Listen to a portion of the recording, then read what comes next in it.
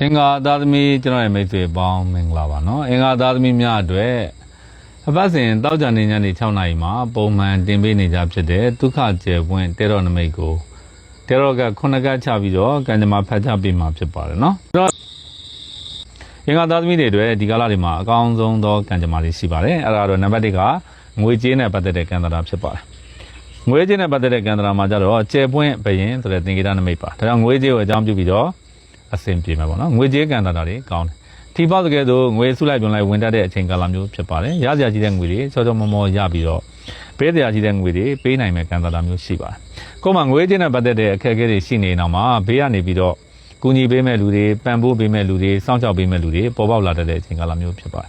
အဲ့တော့ငွေကံတော်တော်လေးကောင်းတယ်လို့ပြောမှာဖြစ်ပါတယ်ဒါကြောင့်အင်္ဂါသားသမီးတွေကဒီကာလမှာကိုယ်တိုင်ရလည်းပဲမမျှော်လင့်မဲ့နဲ့ထီပေါက်တတ်တဲ့အချိန်ကာလဖြစ်တယ်တော့တန်းနိုင်တလောက်ပေါ့နော်ထီတွေပါတွေထိုးပေးတဲ့အချိန်ကာလမျိုးဖြစ်ပါတယ်ထီကံကောင်းပါတယ်နံပါတ်2ကတော့ကျမ်းမာရေးပေါ့နော်ကျမ်းမာရေးနဲ့ပတ်သက်တဲ့ကံတရားကြတော့တဟာမဲ့ဆိုရသေးနမိတ်ပေါ့ရသေးနမိတ်ဆိုတာလေအင်မတန်မှကောင်းသောနမိတ်ပါရသေးသူတော်စင်တစ်ပါးရဲ့သင်္ကေတနမိတ်ကြတယ်ဒါကြောင့်ကျမ်းမာရေးဆိုးဆိုးရွားရွားအညံ့တွေအခိုက်တွေယောဂါတွေမကြုံနိုင်ပါဘူးကိုယ်ကျမ်းမာရေးတွေညံ့နေတော့မှကျမ်းမာရေးတွေတိတိတတ်တာပြန်ပြီးတော့ကောင်းမွန်လာတတ်တယ်တိုးတက်လာတတ်ပါတယ်ကိုယ်ခံစားနေရတဲ့ယောဂဝေဒနာတွေဟာတက်တာပျောက်ကင်းသွားတတ်တဲ့အချိန်ကာလပါကျမ်းမာရေးနဲ့ပတ်သက်ရင်တော့မျက်စိနဲ့ပတ်သက်တဲ့ကျမ်းမာရေးလေးတော့ခရူးဆိုင်တင်ပါနော်မျက်စိမုံနာတို့မျက်မှန်စစ်ဆေးရတာတို့မျက်စိစေကန်းသွားတာတို့မျက်မှန်ကိစ္စအတွက်စေုံစေကန်းတွေရောက်တာတို့အဲ့လိုမျိုးလေးတွေကြုံရတတ်တယ်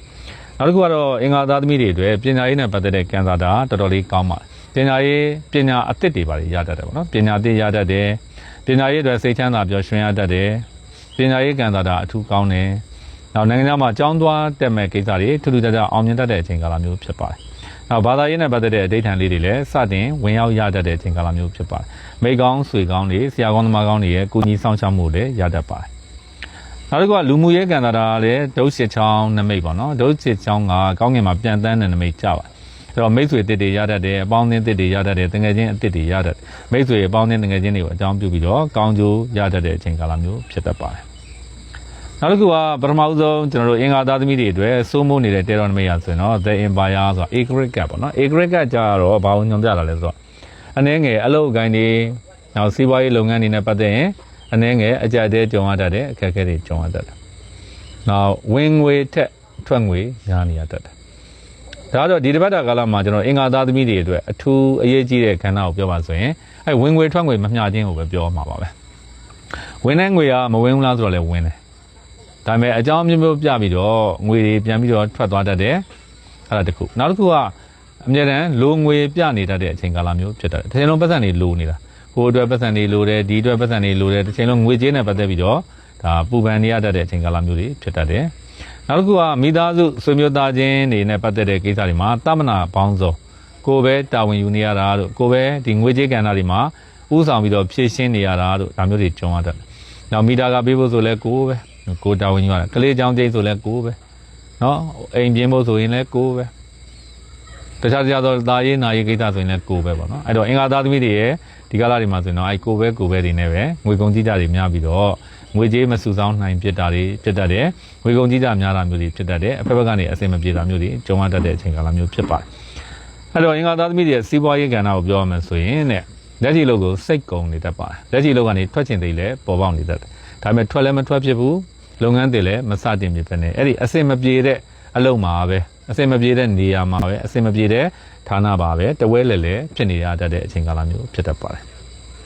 ဒီကလာမှာနှောင့်နှေးမဲ့ကိစ္စလေးတွေရှိပါတယ်အဲ့ဒါအလုပ်အပြောင်းရွှေ့နေရာအပြောင်းရွှေ့ဌာနအပြောင်းရွှေ့ကိစ္စတွေနဲ့ပတ်သက်ရင်အနည်းငယ်နှောင့်နှေးကြံ့ကြာမှုတွေကြုံရတတ်ပါတယ်နောက်အင်္ဂါသားသမီးတွေရဲ့အခြေအိမ်တော်ရင်းနဲ့ပတ်သက်တဲ့ကံတာကတော့ကွင်းဆိုတာကျယ်ဝင့်ဧကရီဆိုတဲ့နမိတ်ကြတယ်ကျယ်ဝင့်ဧကရီဆိုတာတော့အင်မတန်မှကောင်းသောနမိတ်ပါအခြေအနေနဲ့ပတ်သက်ရင်စိတ်ချမ်းသာမယ်အိမ်တော်ကြီးနဲ့ပတ်သက်ပြီးတော့စိတ်ချမ်းသာမယ်စိတ်တိုင်းကြကောင်းမဲ့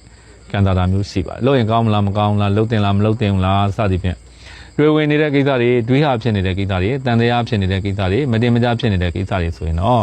ဒီကလာမှာလှုပ်တင်တဲ့အထက်မှာပေါ့ပါတယ်လှုပ်ရင်တိုးတက်နိုင်တဲ့ကံတာမျိုးရှိပါတယ်အခြေအနေအများကြီးကောင်းနိုင်တဲ့ကံတာမျိုးတွေမှာရှိပါတယ်အဓိကတော့ကျမ်းမာရေးကောင်းမယ်ငွေကြေးနဲ့ပတ်သက်ပြီးတော့ကံတာကောင်းတယ်လူမှုရေးနဲ့ပတ်သက်ရင်ကံတာကောင်းတယ်ပညာရေးကံတာတွေကောင်းပါအဓိကတော့နည်းနည်းခက်ခဲတာတော့ဝင်ငွေနဲ့ထွက်ငွေမမျှတာအလုပ်လေးတွေနည်းနည်းမတင်မကြဖြစ်တာမျိုးတွေတော့ကြုံရတတ်ပါတယ်အင်္ဂါသားသမီးများအတွက်အကျိုးပေးတဲ့ကံကောင်းတဲ့အယောင်လေးတွေရှိပါတယ်အဝါရောင်နဲ့အနက်ရောင်နဲ့ကောင်းပါတယ်ထီထိုးတာတွေကံသမဲထိုးတာတွေဝါသနာပါတဲ့